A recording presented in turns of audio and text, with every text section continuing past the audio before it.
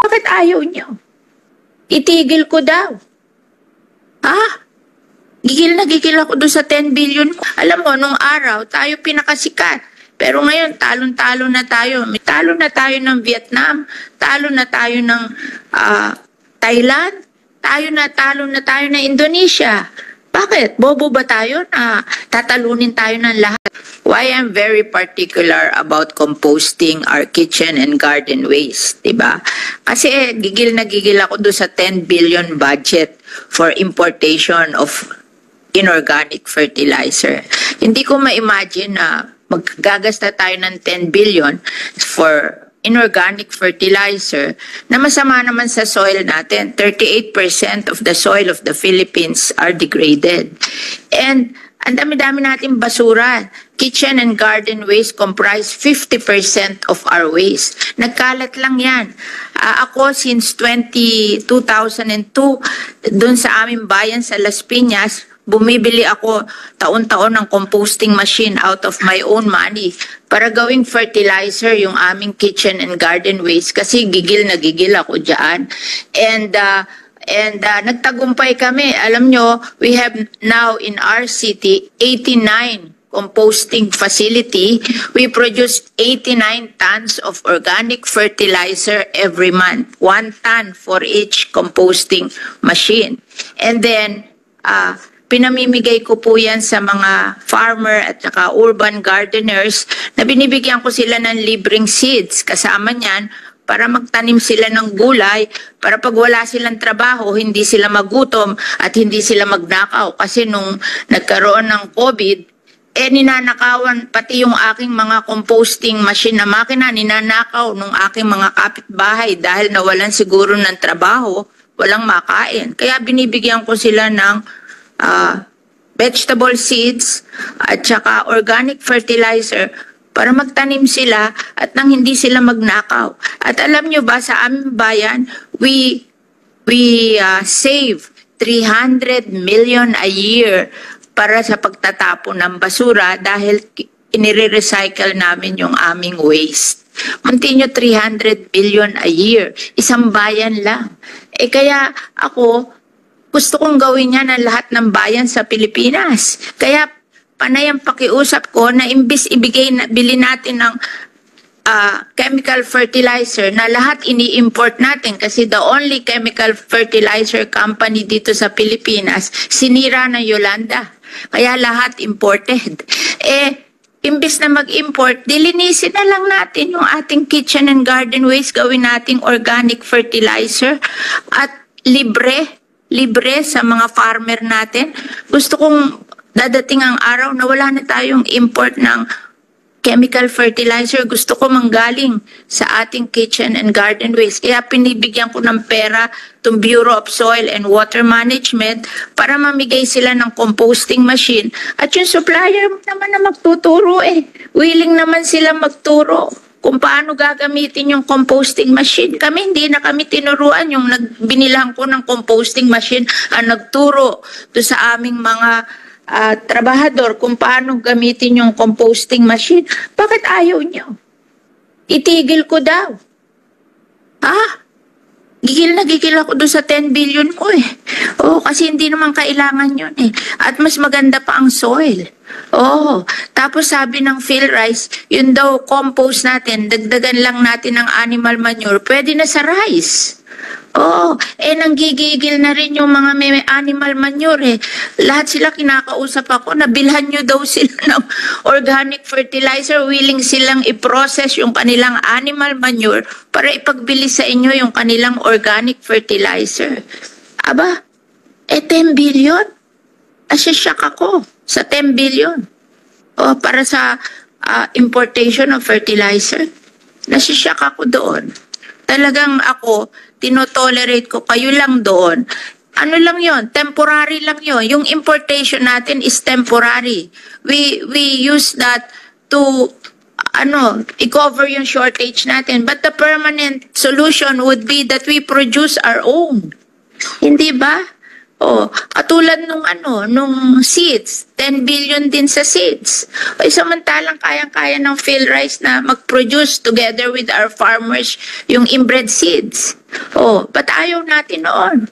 Oh, tapos meron na ngayong mga kumpanya dito sa Pilipinas that can produce hybrid seedlings. Pumupunta nga sila sa akin, pinipresent nila yung hybrid seedlings nila. O, bakit tayo mag-i-import sa iba? Ba't hindi natin bilhin yung ating sarili?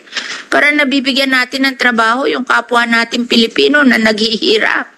Alam mo, nung araw, tayo pinakasikat. Pero ngayon, talon-talo na tayo. Yung mga articles na nare-read ko, talo na tayo ng Vietnam, talo na tayo ng Thailand, talo na tayo ng Indonesia. Bakit? Bobo ba tayo na tatalunin tayo ng lahat? Ha? O mahilig lang tayo mag-import? Kaya hindi natin na-develop yung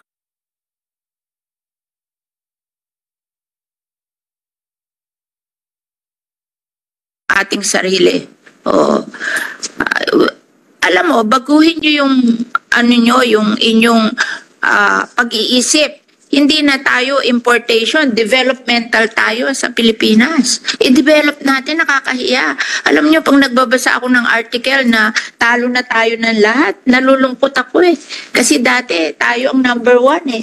Yung 1950s, tayo ngayon ang kulelat. Ang tatalunin na lang natin, Myanmar. Di ba nakakahiya? Baguhin natin yung mentality natin na yan. O, katulad nyo, binibigyan kita ng 2 billion, ayaw mo? Para magbigay ka ng composting machine, ayaw mo? Ha? Oh. Lahat sila nanghihingi sa akin ng pera, ikaw lang binibigyan ko eh. Kasi gusto ko matanggal yung 10 billion na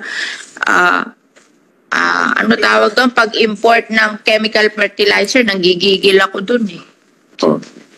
Kaya ako binibigay yan sa iyo, tapos nagre-reklamo ka pa na stop daw muna. Ano yan? Ba't nyo ini-stop? Temporary lang yung importation natin ng chemical fertilizer. Dadating ang araw na tayo talaga ang gagawa ng sarili nating fertilizer at organic pa. Alam nyo, sa France, pinagbawal na nila chemical fertilizer. Ano na sila? Ano tawag nila doon? Yung natural farming. Kasi daw, yung kinikita nila sa export ng kanilang produkto out of their chemical fertilizer, ginagamit lang nila para linisin nila yung ilog nila. Kasi na-pollute ng chemical fertilizer yung ilog nila. Bakit pa nila ipopollute ang ilog? Magpapakahirap sila magtanim, tapos lahat ng kita nila doon sa tanim nila, gagamitin lang nila para tanggalin yung pollution sa ilog nila. Pinagbawal nila ang chemical fertilizer. They're doing natural farming. Tinanong ko sila nagpunta ako doon ba't kayo natural farming? Kasi ma'am, nauubos lang ang pera namin, kalilinis ng ilog namin, lahat ng kinikita namin sa aming mga export, ginagamit lang namin para linisin ang ilog namin. Kasi yung chemical fertilizer, nakaka-pollute siya ng water. Tumutuloy yan sa ilog at napopollute ang water. So bakit natin gustong-gusto yon? Ba't gustong-gusto natin yon? Samantalang we can make our own fertilizer. Napakadali. Ang dali-dali gumawa.